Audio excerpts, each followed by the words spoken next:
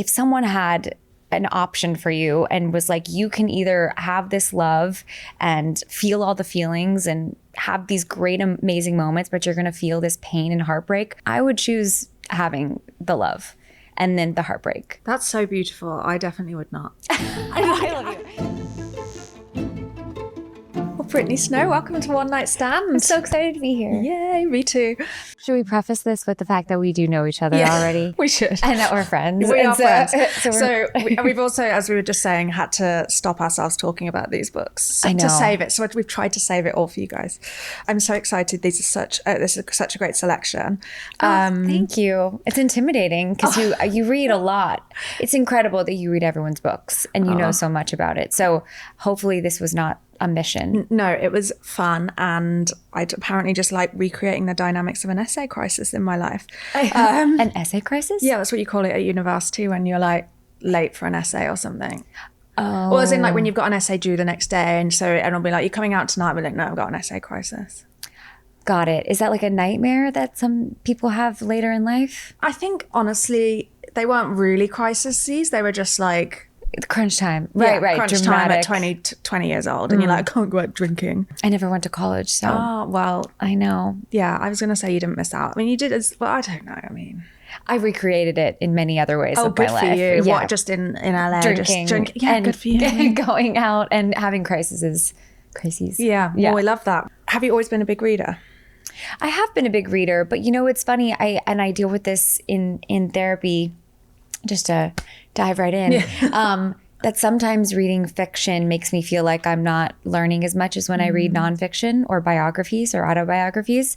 So I tend to read a lot more self-help autobiographies, memoirs of that type, because I feel like I'm utilizing my time a little bit more, even though that is completely nonsensical. I know that fiction does just as well, but I tend to read a lot more like thinkers, I guess. I like that though. I mean, I think thinkers is Jay Ellis used the same word when I asked him, do you like reading self-help books? And he was like, I think I like reading thought. Yeah. Which is kind of interesting way of thinking about it. I do find that it's a lot more comforting to although I'm inside my head already because I'm spinning out, to actually find a resting place there and solve it, as opposed to like escaping my head and going someplace fantastical. Oh, interesting. Yeah, to just like really sink into it. Like if I'm going to be in my head, let's go. Oh, I love that. I think I'm the opposite. You like to I'm like escape. escapism. I'm like, let's read something about like 16th century farming. Off we go.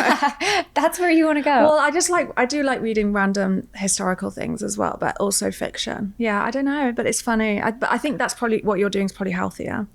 I'm not sure. I don't think so, because sometimes it doesn't solve anything. Well, It's just ruminating. The farming definitely doesn't. So at least you've got a fighting chance in hell. 16th century farming. Yeah, you know everything about that. So I thought we could start with The Untethered Soul by Michael A. Singer, which is an incredible book. Tell me about, and you've brought your own copy. I did. With you here. Tell me about your love of this book.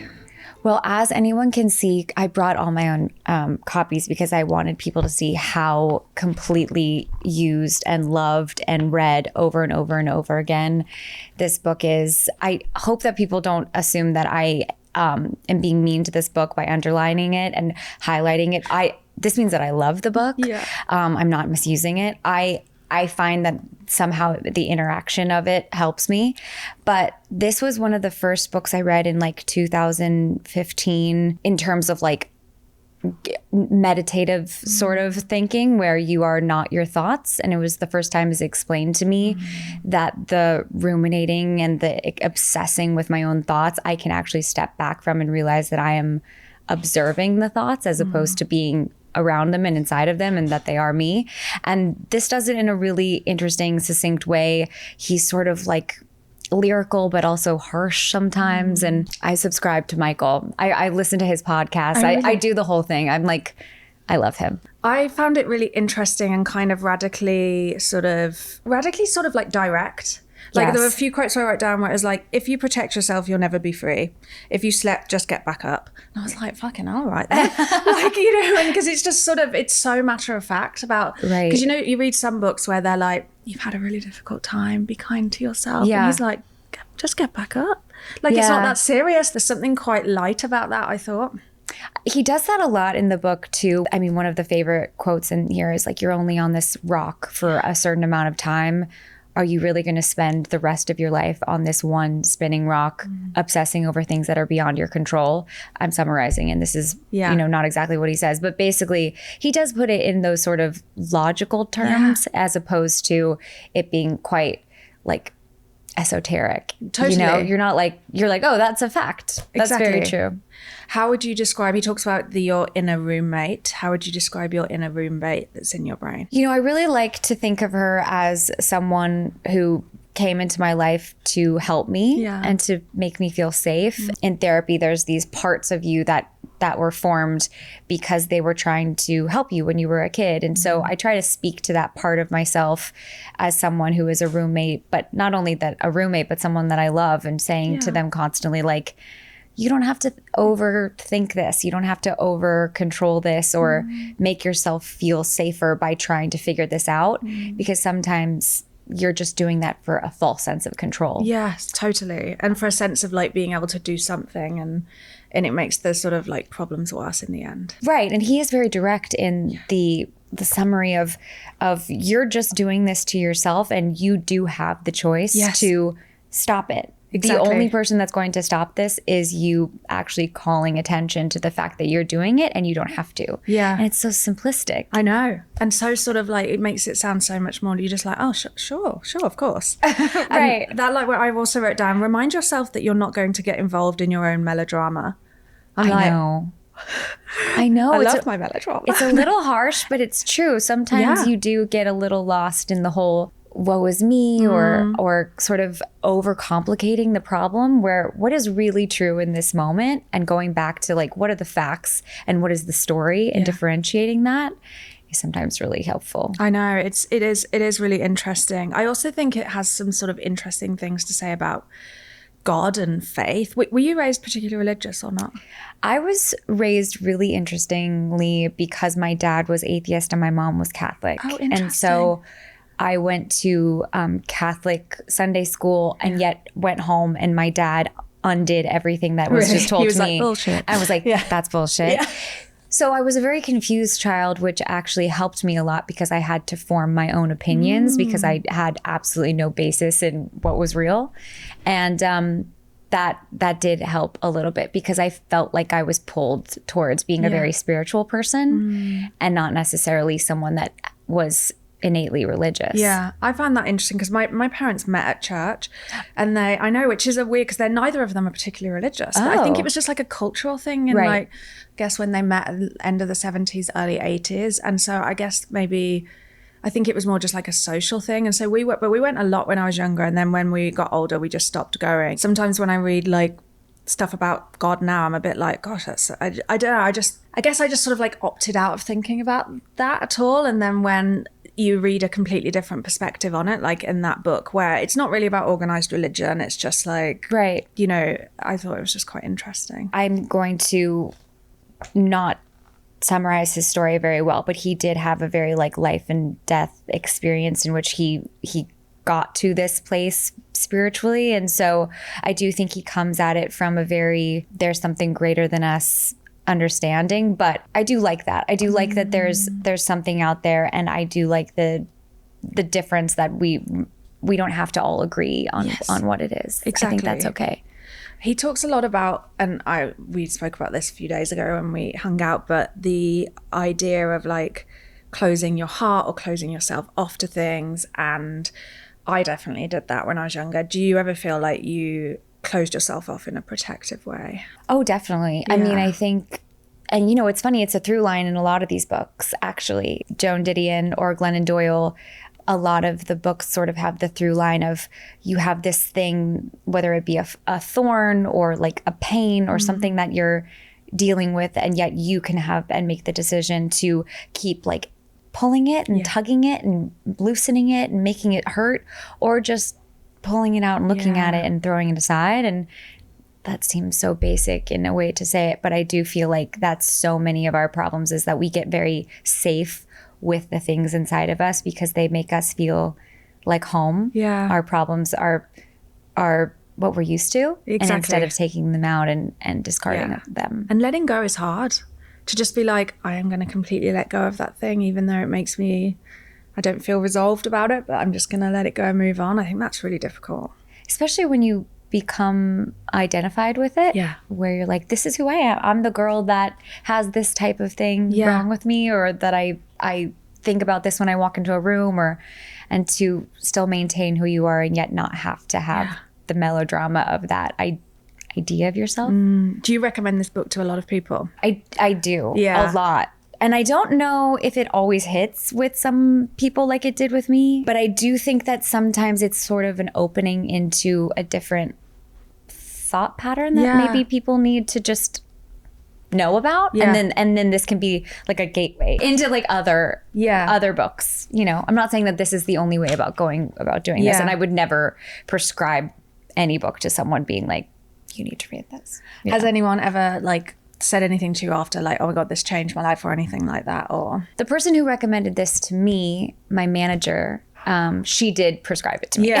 She was the one that was like, this changed my life. You should probably read it now. The only thing I struggled with it is some of the like more ambitious, like high-minded stuff where I was like, I like being petty sometimes, which is the forgiveness. Well, not even just the forgiveness, but like there was this one bit where it's like, if they starve you and put you in solitary confinement, just enjoy being like Gandhi. I'm like, he says that? Yeah.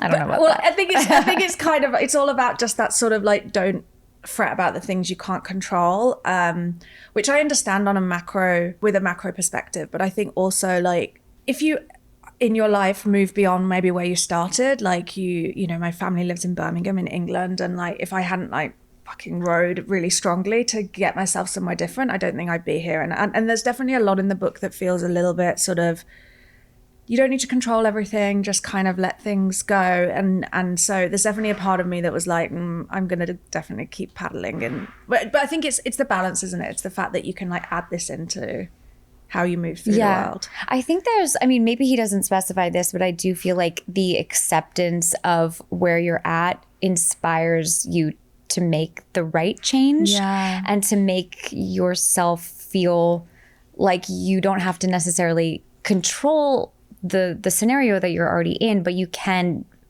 know the difference of what path to take because you're not fighting against it. You're kind of moving in like a flow.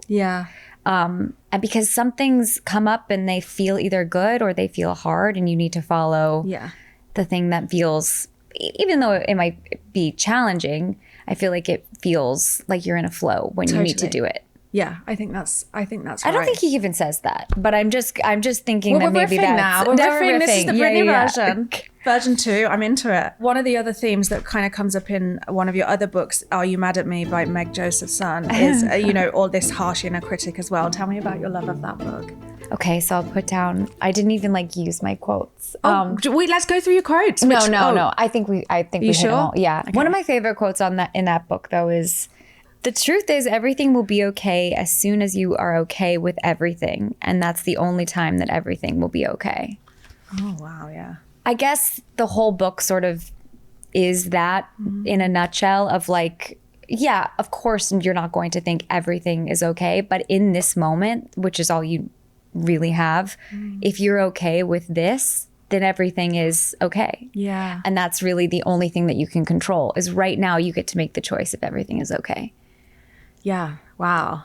That's profound and hard. And really hard. Yeah. Especially because everything is not always okay. No, exactly. And I do find that sometimes hard when you're really in a tough spot and you're in so much pain and you read a book like that and you're like, yeah, exactly. Everything's not okay. No, but it does nudge you more in the direction of being able to accept it. Like, I was talking to a colleague this week. We had something very stressful happen at work, and I was on the phone at like 11 p.m. at night on Monday, and people were starting to freak out. And I was like, you know what? We'll find a solution. We always do. Like, I definitely was channeling some of the energy from having read that book of just being like, everything's true. Yes, it's a shitty situation.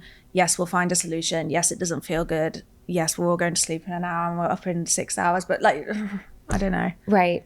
Like, sometimes it's helpful to just shrug. It's such a hard exercise to not try to spiral or try to control what's going to happen in an hour and only just deal with exactly what's in front of you, because my favorite thing to do is try to figure out next hour, next day, next week. It makes me feel safe. Yeah. It makes me feel, and actually it's a really good segue to this book because it comes from hypervigilance, which is my favorite thing to do. I love being 10 steps ahead, and because then nothing bad can happen, right? But then it's not true, because inevitably something happens that you weren't planning for, or you were planning for, and you just did all that work and ruminating for nothing. Do you feel like your hypervigilance started when you were a kid? Definitely. Me too, yeah. I reached out to this therapist after I read this book, and I asked her to be my therapist. And she very, put up a boundary, because obviously she's insanely busy and famous. And why would she want to even be my therapist? Why did I even think, or have the ego to think that she would want to be? But she said no. And then I had the thought of, oh my God, was that wrong? Should I have not done that? Is she mad at me? Is she mad at me? Yeah. So obviously need this book. But yeah, the hypervigilance really starts, I think, from, and I love my parents dearly, but they were very perfectionistic and hard on me. And I also knew how to read a room really, really well. Yeah. This book really spoke to me because she deals with Alzheimer's and alcoholism, both of which are in my family. And I think from a very early age, I had to be really good at reading a room, walking in and knowing exactly the type of chameleon person I should be in any scenario. And that was very helpful for being a little actress who started when I was, 3. And also it's been really helpful in my career to walk into a room and do a hot honey rag a little bit of you want me to tap dance? I know how. Yeah. And I think that started because I knew that that's what I needed to make the environment feel safe. So I felt safe, because as a little kid, you can't control your parents' moods. You don't even know it is a mood. No. All you can control is what you feel is your fault, or what you're doing. And this is not a pity party in any way. All these kids do this. Yeah. But I do think it sets up a hypervigilance of, if I can get ahead of this, then nothing can be explosive or unhappy or sad, because I've done my part. Yeah. I think the bit I wrote down is the idea that you only feel safe when you're perfect. And I was like, oh yeah, that hits.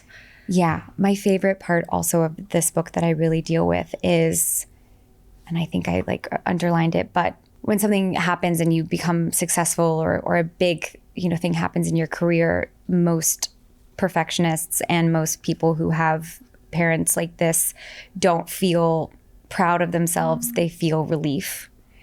And I really relate to that. Everyone's always oh, how do you feel about Hunting Wives and all these shows coming out? And I'm I feel so grateful, but I'm also oh, it's a huge sigh of relief, because it feels like I've been trying really hard. Yeah. So that's, Interesting. And so with Hunting Wives, which has had such an insane reaction. I mean, I told you I watched it and loved it. It was so fun. Did you have to check that in yourself then in the weeks after, of just being is that the kind of thing that you would talk through with a therapist and be oh, I'm not maybe enjoying this as much as I should? It's very much in my nature, and every single person in my life can attest to this with me. I'm very hard on myself. I cannot congratulate myself or make myself feel like I've done it, because I can always find something wrong with my performance or something that I should have done better. I do find that to be a good thing, because it makes me a better actor, and I can always find something to learn or to sink into. But I do have to check myself a little bit of it's okay to be proud of yourself. Yeah. And that's not pompous or self-serving, but it's really adverse to my being. Oh, I don't like it. No, I completely relate as well. And I have that thing of I remember even when I got into Oxford, I was well, it must just be kind of easy then. Or that kind of thing where you're oh, it can't be that fucking hard. They cut it. Right. That sort of thing. Flex, by the way. Yeah, it's a funny thing where you sort of diminish the achievement once you've done it.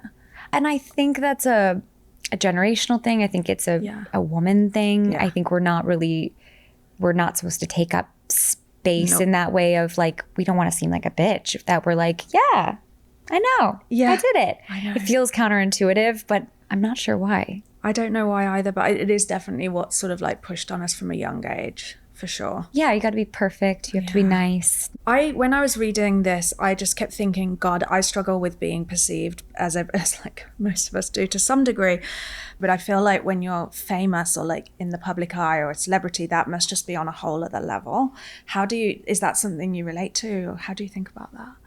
I would imagine that someone who's a professional at this would have a lot more to say about this than I would. But I find it really hard to realize if I'm in that category. I can't even say it because I dissociate a little bit. Like I have to be like, I think that's me. I know that it's happening to me, but it's hard to connect it a little bit.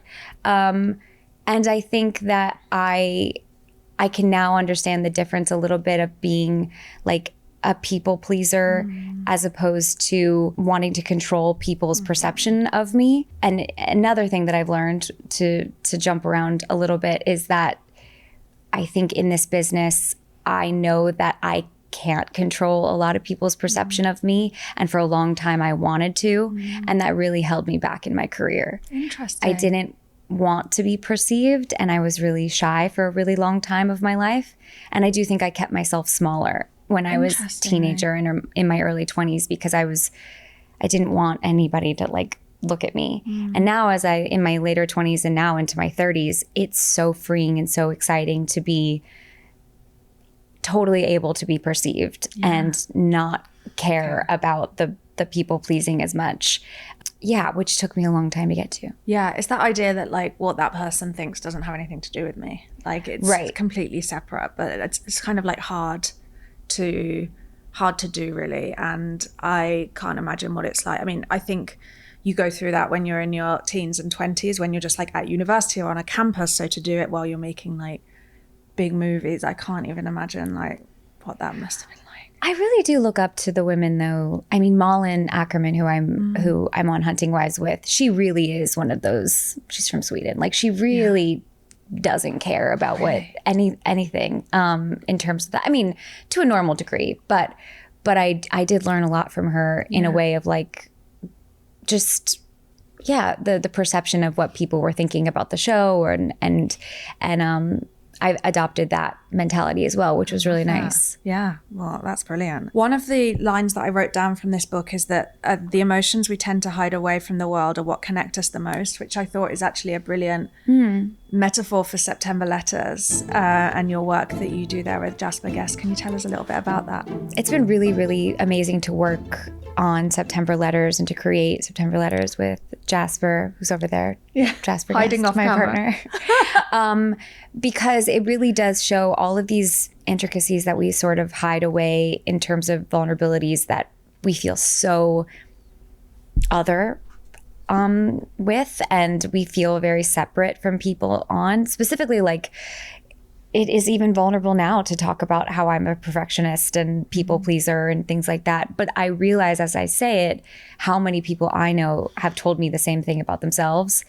And that comfort in knowing that it's a shared experience does make you feel so much more able to go through it with grace and understanding and knowing that you're not alone and that it's not something to be ashamed of. And I think that's what we do at September Letters, is sort of bring light to stories that make us all feel like we're all one in the same, and everybody has something that they're dealing with and maybe they feel ashamed of, but the things that they're ashamed of are really so unifying. And the idea that, like, because the project came about because of a letter that someone sent to you about an essay that they'd read of yours that really helped move them, which I think is such a great sort of extended way of thinking about how sometimes when we share our most vulnerable moments, it's what like actually brings us the most kind of like connection. I wish it was an essay. Was it an essay? I didn't write it. It was an article. Well, it originated. An essay sounds so much more chic, though. Let's go with essay.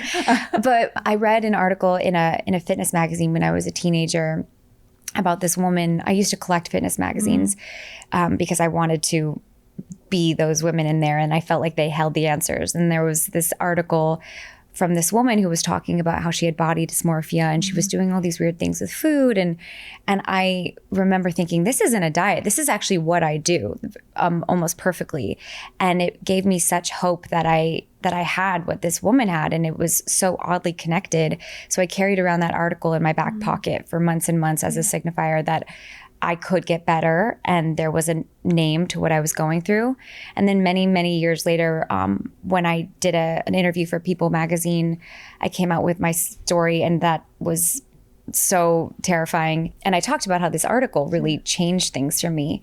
And I went, after the article came out, to a coffee shop a few weeks later, and there was a girl in front of me in line at the coffee shop, and she turned around and she started crying, and she was holding my article in her back pocket.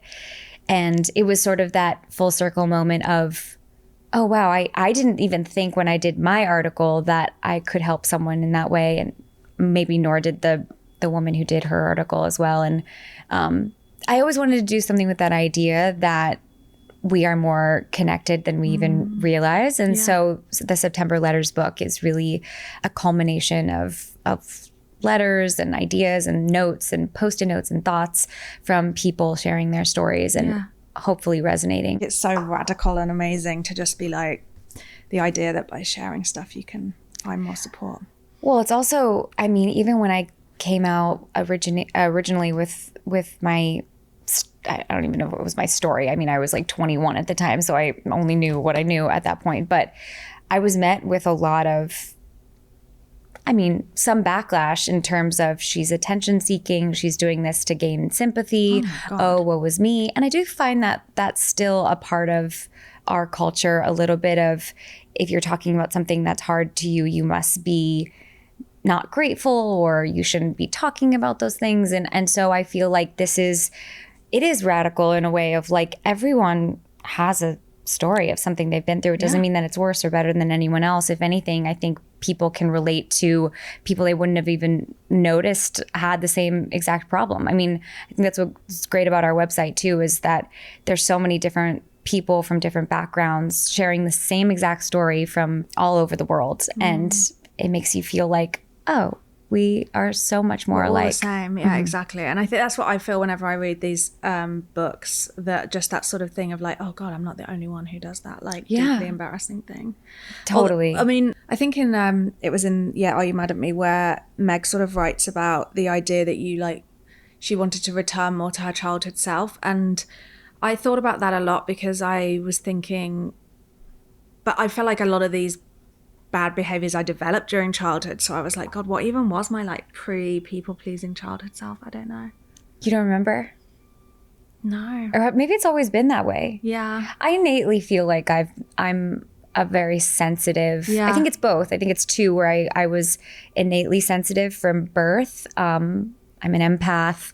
I'm also just like highly intuitive in terms of like, I'm a Pisces, if anyone, knows anything about that. I'm very much a Pisces, or if people care. But I also feel like through being, raised an only child and being an actress and having the parents that I had, I do feel like there was a lot of pressure on, and that I put on myself too, of like, if I can be perfect and do everything right, then the castle stays up. Yes.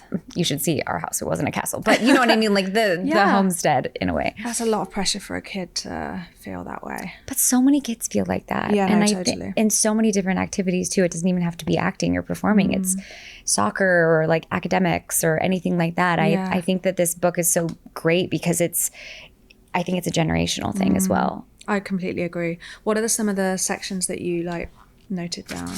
Oh, this is about like overthinking at night, which is my favorite pastime. Oh, yeah. That 3 is a.m. Let's think about everything. Yeah. Oh, this one says achievements may bring a sense of relief instead of joy because those achievements were merely an obligation, another milestone that you had to complete to continue to prove yourself. Yeah. Which I do feel like it's sometimes that I'm doing to myself. It's like a relief because I've been trying to prove it to myself. It's not even about anyone else. Did you ever have that like, fuck yeah, I did it, like moment with any of your like with, I don't know, like Pitch Perfect or Hairspray or any of those projects where you were like...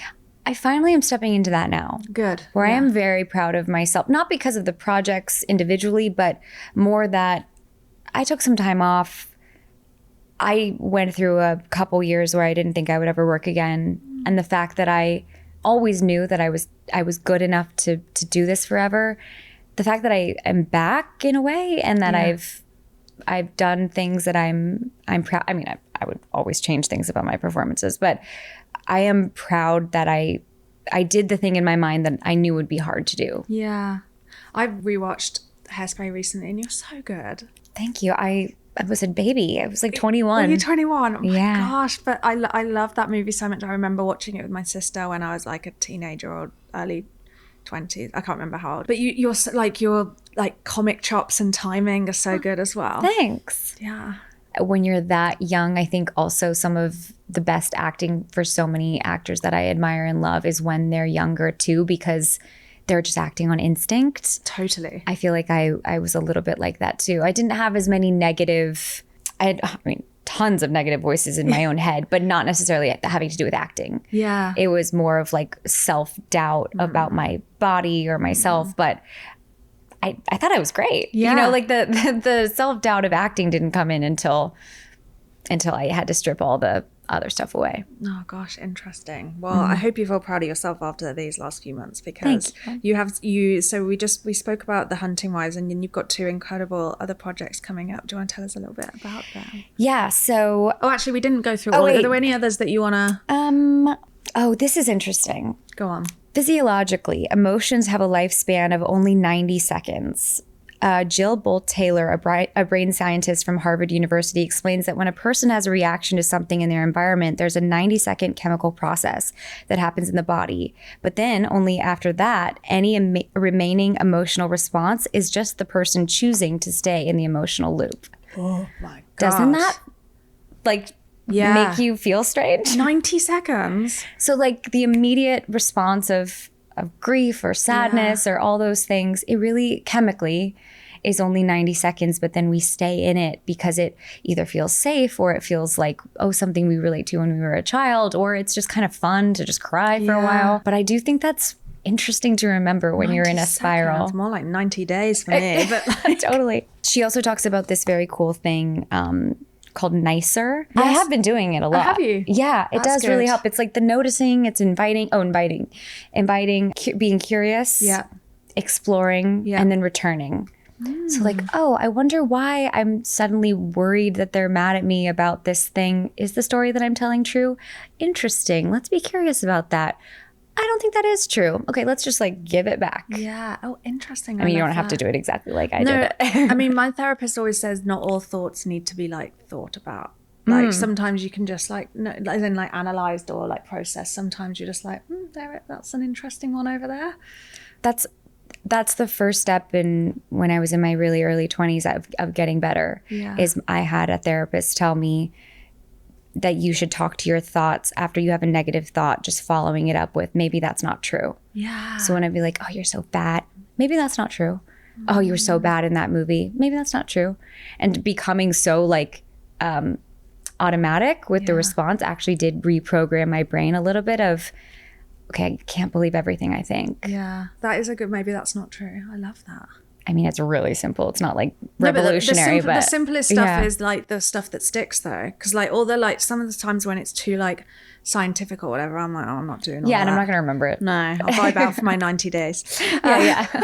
Untamed by Glennon Doyle, which is one of your other books. And I when you sent your list over to me, I was I've read that book, but I couldn't remember when. So I went into my WhatsApp and searched, and I had all of these messages to my friends about it when I was reading it, and one chapter in particular that I texted to 3 different people. Ooh, which I thought it was the one about called Gatherings, where she talks about her sons and daughters being in a room at her house. They're in the TV room, and she goes in to ask, and she's I just wanted to see them. And then I was oh, are you guys hungry? And she said the boys were all yes, and the girls just sort of look down, and then one of them becomes the spokesperson who goes, no, we're fine. And then they're all yeah, we're fine. And she has this line where she goes, we forgot how to know when we learned how to please. This is why we live hungry. Aww. And I thought that was just so poetic, especially in the context of food, and how as women, for those of us that have had very complicated relationships with food, I thought that was really sort of profound. But anyway, tell me about your love of this book. That's a really, wow, I totally forgot about that. I also, interestingly, I accidentally got the huge print writing. Oh. This is not how it normally comes. But I kind of liked it because when I was reading it, I did sort of feel like this is in my face. Yeah. The print is large. But Glennon Doyle really, really helped me a lot when I was going through my divorce. This book specifically was told to me from another friend of mine who had just gone through a divorce. And she was like, get it right now. She was like, this is the first thing that you need to read. And I was like, I know about Glennon Doyle, obviously, but like, I'm not going to subscribe to this. And then I like ate it up. It really did help. Yeah. The part that I believe sort of ties into what you were saying that I love is the only thing that was ever wrong with me was my belief that there was something wrong with me. I quit spending my life trying to control myself and began to trust. We only control what we don't trust. We can either control ourselves or love ourselves. We can't do both. Love is the opposite of control. Love is trust. Love demands trust. I sort of loved that in terms of like, yeah, I have spent so much of my life trying to like control my life and my hunger and my thoughts and all of these different things, and to just like let that go is really interesting. I love how she always talks about how as women we've been told to not feel hunger, to not want things, to not have hunger, not even with food, but like with desires in life and vocations and things like that. I think that this book really, Untamed, comes from the like inner knowing that you are allowed to want all those things and not feel small in that desire for it. Wow, I completely agree. I remember at the time feeling sort of so liberated. And in one text I put to someone, I was like, I just feel like this is a really great book for a recovering people pleaser, which is like a theme in some of our books here today. Yeah. No, I mean, were there any other sections in particular that really helped you? Yeah. I've got them ready. Talk about people pleaser, perfectionist. I've got dog-eared and things. It's like we really believe that our hearts were meant to be kept hidden away, bubble wrapped and under lockdown, as though the point of life is to not be moved. That's not the point. When we let ourselves be moved, we discover what moves us. Heartbreak is not something to be avoided. It's something to pursue. Heartbreak is one of the greatest clues of our lives. And I really loved the fact that like in any heartbreak, you know, you have that time of wallowing and feeling sorry for yourself and you're doing all the, you know, work.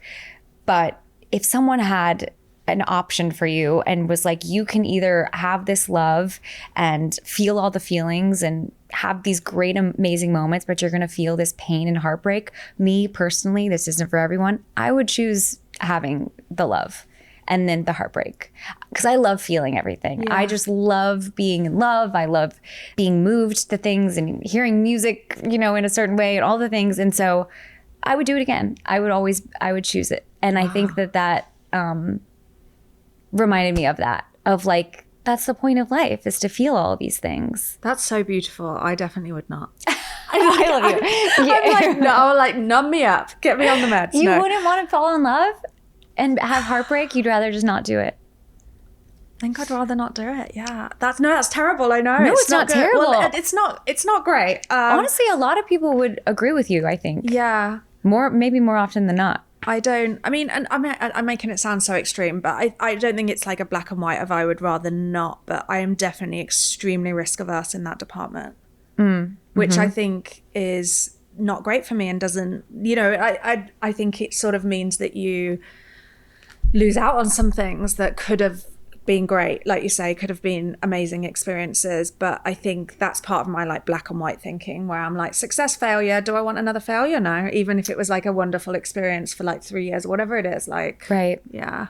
I wonder what that is, the differences, because one's not worse or better. No, you know. Well, I think yours is better. I do actually think that. Like, I think not when you're in the pain of the breakup. Yeah. Talk to me like, you know, 5 years ago, and then but wouldn't have been like that. I was like, harden me up, get me the hardest shit we can. I do like that a lot of Glennon Doyle's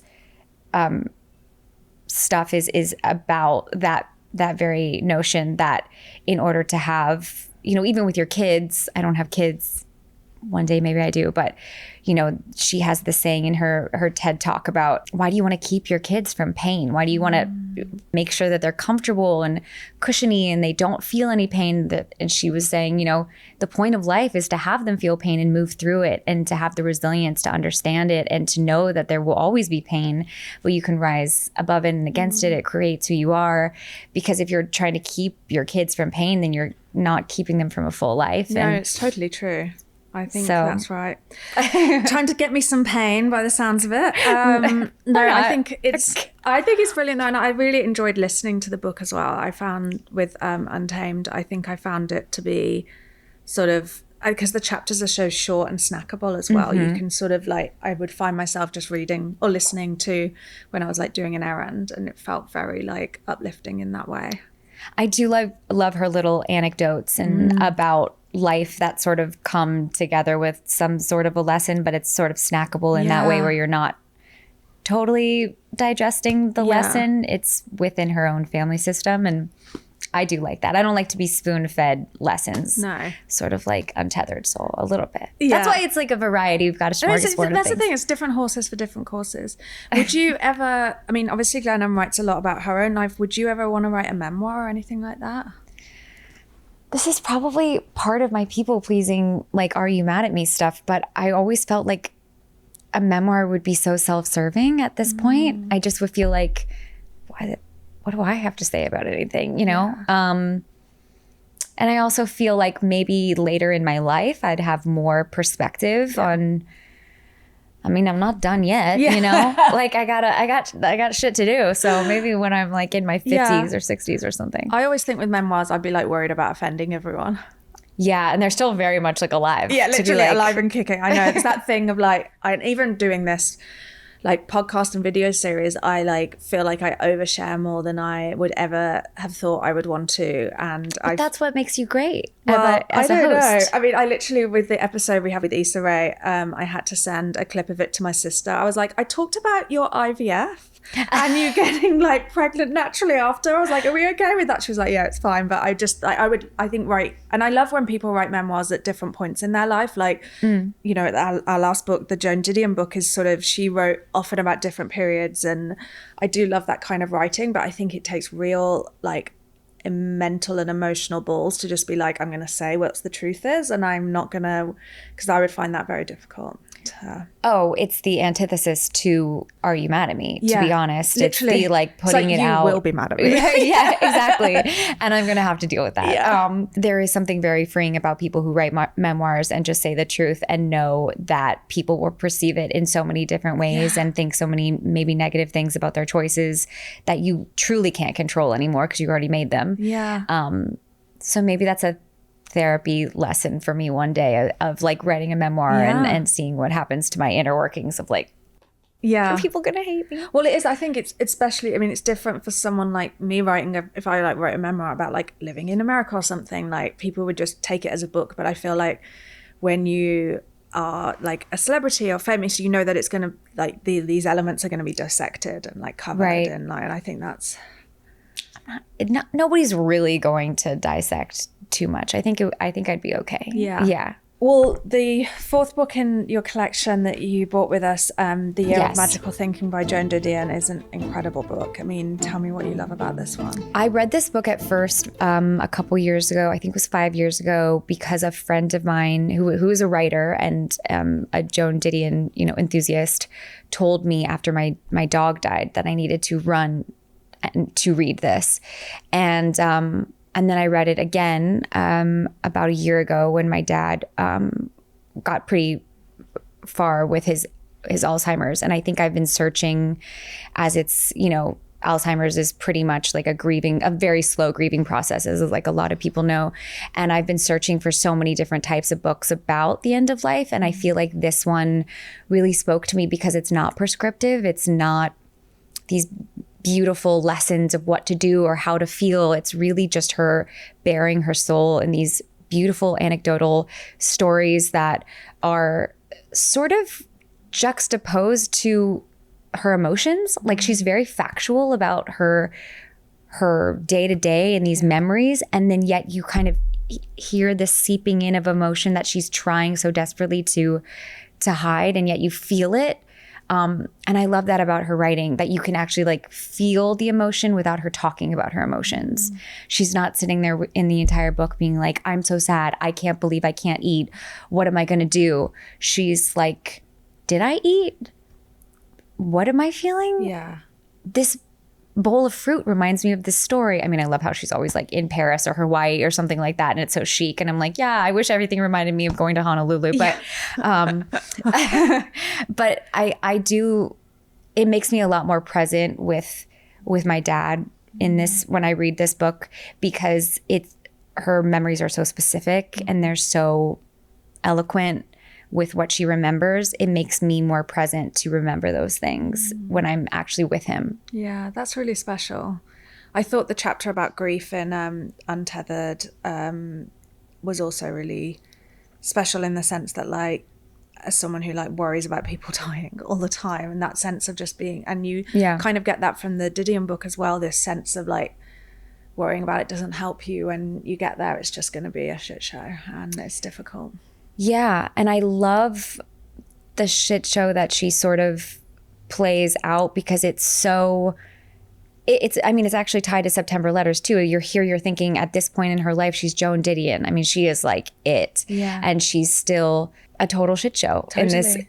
and trying so hard to uphold, you know, any sort of normalcy. Yeah. And how lonely that feeling is, even though she's one of the greats. I know. I find that fascinating. It's a very like even place to deal with grief from, of like everyone feels this way. Everyone feels that way, and everyone feels, I think she just captures the sort of like trance-like craziness of those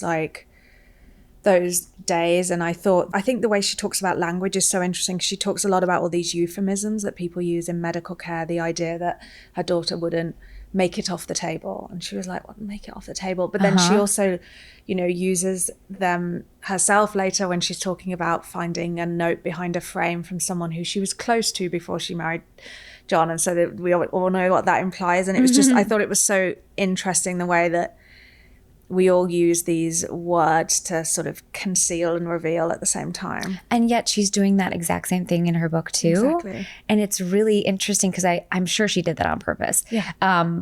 But she's sort of not talking about the elephant in the room a lot of times, and yet she's being so pragmatic about so many things, to the point where it's uncomfortable a little bit. How she sees him, how she sees her daughter, the intricacies of how they passed and all that stuff. It really, it makes you think about those moments that really stand still when things like that happen. Yeah, it's crazy. I also thought it was interesting, because I definitely relate to this, where she said that it was only by dreaming that she could find out what she thought when on some days where she, because I think when you are like sort of paralyzed with really strong feelings, despite the 90-second thing, it's that sense of like sometimes it's only in that subconscious. Are you a dreamer? Do you remember your dreams? I always remember my dreams. Most of the time, which is really not great for me. Do you write them down or anything? Or? I do. I write them in my phone a lot of times. Ooh. And a lot of celebrities in my dreams. No. Which ones show up? Tell us. Like the other night, it was like Leonardo DiCaprio was there. I think because I watched The Departed. Yeah. Which was exciting, because I got to like hang out with Leo. But there was a long time ago, I had like a full dream about James Corden. Oh. I don't know James Corden, but we were on a cooking show together. I don't know. I think it seeps in because I am thinking or reading or watching a lot of like entertainment adjacent stuff. So those people get in my dreams. But the other thing that happens in my dreams is I always dream about zombie apocalypses. Oh, really? Always. Oh my gosh. It's always a zombie apocalypse in my dream. And are the zombies really like cartoon type zombies? Yeah. And the mechanism in which I try to stay alive is that I always play dead. And I don't know what that means about me. Oh. Like I never fight back. I never kill any of them. I just am like. Oh, that's interesting. In all of my dreams. Gosh. Some therapists should probably tell me what that means. Someone will slide into your DMs and tell you what it means. I don't think it's good. I think the only dreams I tend to remember are like recurring ones. Like the same, like just bad flashback dreams. Yeah. Do you have the essay panic dreams of like you forgot to write the essay? I used to have a recurring one about when my dissertation had to be handed in at the building opposite where my college was, and me being late for that. Yeah, the late dreams are the late dreams, the real. like late to hand in the dissertation, and yeah, that would be or like not finishing something that I was supposed to have finished. That's another one. That's my reoccurring dream is I show up to set and they're like, so you know the 4-page monologue, right? Ooh. Always. I'm like, what? How do you memorize lines? Do you like just do it over and over and over again, pacing. Interesting. Unfortunately for me, I have to do something whilst memorizing. So I have to clean, pace, drive. Sorry, Mom and Dad. Yeah. But like sometimes, I pull over. But. Yeah, but that's how you make it go in. I have to be active as well to remember things. Yeah. In this book as well, Joan sort of realizes that she's someone who's typically been quite optimistic in the sense that she can like survive anything, or like, do you consider yourself an optimist? And I do love that that's why it's called magical thinking, because she does sort of do that most of the time, and it's sort of removed in a lot of ways, which is really beautiful, and also like not her. Totally. I do find that I'm an optimist. Yeah. I'm much more of an optimist. I spin out a lot. Yeah. But what I think a huge part of my recovery that I'm most proud about is that I always have a voice that tells me it's going to be okay. Where I never used to have that voice. Wow. I pretty much, without a doubt, there's a voice that comes in after something bad happens or something where I'm panicked that says, okay, let's look at it from a different perspective. That's amazing. Yeah. That's brilliant. I trained real hard to get her in there. She's not always very loud, but that's there. That's radical. I definitely struggle with that for sure. I mean, at first it was fake. At first she was super annoying and not really me, and I wasn't connected. But then over years and years and time, I do believe her, and I think that believing her makes it true. Yeah, it sounds like I'm totally. I guess with all these books, we've now realized that there's different parts of us that we're talking about. I know. I think I am generally optimistic as well, but I think it's funny to be a pessimist a lot of the time. I think that's funnier. British, very British thinking. But yeah, I just you're a realist too. Yeah, I think so. Right. I think that's definitely part of it. But yeah, I loved it, and I love this line that she's like a crazy cool customer who believes her husband might return, because that's that line they use to her when they call her a cool customer at the beginning. Yeah. I mean, I know. I don't envy doctors. They have a real tough hand right there trying to. My mom, that's pretty much what all the doctors call her. They call her stoic. Oh, really? Yeah. She's very like strong, you know? And so I totally get that. And it's a mechanism to just like, handle the problem and not, and I think that's sometimes very useful as opposed to me, who's just like, I'm immediately crying. Yeah. No matter what it is. It could be good news and I'm just like, yeah. But I think that's good though. Get it out. I like cry about things 3 months after, which is the repressed untethered thing. I just need to let it out sooner, but I don't think I'll cry with you. I've got to work on it, Brittany, honestly. Clearly, I feel like I'm coming away with more work than this one. But how do you prepare do you read, because we have a book here that for one of your upcoming shows, but do you read when you're preparing for a character? Or? Oh, definitely. You do, yeah. Yeah, and I read this book in 3 days. Mandy Matney's book. I play her in the Murdaugh murders, Death in the Family. It's coming out on Hulu, and I'm so proud of being a part of the show. I mean, it's like a tour de force of acting for Patricia Arquette and Jason Clarke, and I knew about this case really well because I love true crime. And I'm this quintessential woman that listens to the podcast and reads the books and does the things.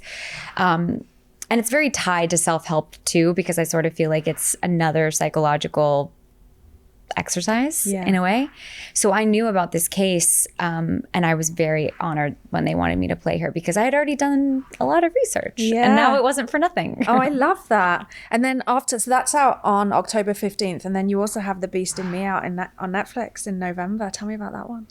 The Beast in Me, I'm also so proud to be a part of. It's another murder mystery. It's sort of in the world of like the Jinx with a billionaire man who might have killed his wife, but you're not really sure. And I'm the new wife, and am I in on it? Am I not? We have this old dynasty that we have to uphold, and the inner workings of our family sort of start crumbling once more and more is being revealed by Claire Danes' character, who is an author.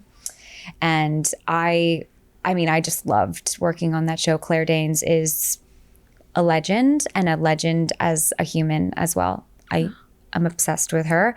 It took everything in me to not fangirl with her every day. And then Matthew Rhys, who is, I play his wife. He is an extraordinary actor in person. And so... Love that. I love a Welsh actor. Sorry, excuse me, my mum's Welsh. Oh, really? Yeah. She doesn't really have an accent though, because she moved to Birmingham when she was about 7. But I love Welsh. It's such a lovely accent, isn't it? The like lilt of it. Yeah, it's so like fairy-like. Yeah, exactly. Like lyrical in a way. And he's also so funny. I think the Welsh are very funny. Yeah, no, I mean, you have to be. Yeah. But absolutely, and they're brilliant. I can't wait to watch that. That's going to be... It's a good one. It's a thinker. It's definitely a psychological twisty, very different than Hunting Wives and different than Death in the Family. So... Well, I'm so excited for you, and I'm so grateful for you showing up and bringing all your books and your beautiful notes. And, you know, I love being able to talk about September letters, and I'm so excited for you with the autumn you have ahead with all of your projects. You deserve everything. Thank you. You're the best. Oh, this was so fun. This was so fun. Thank you. Yeah.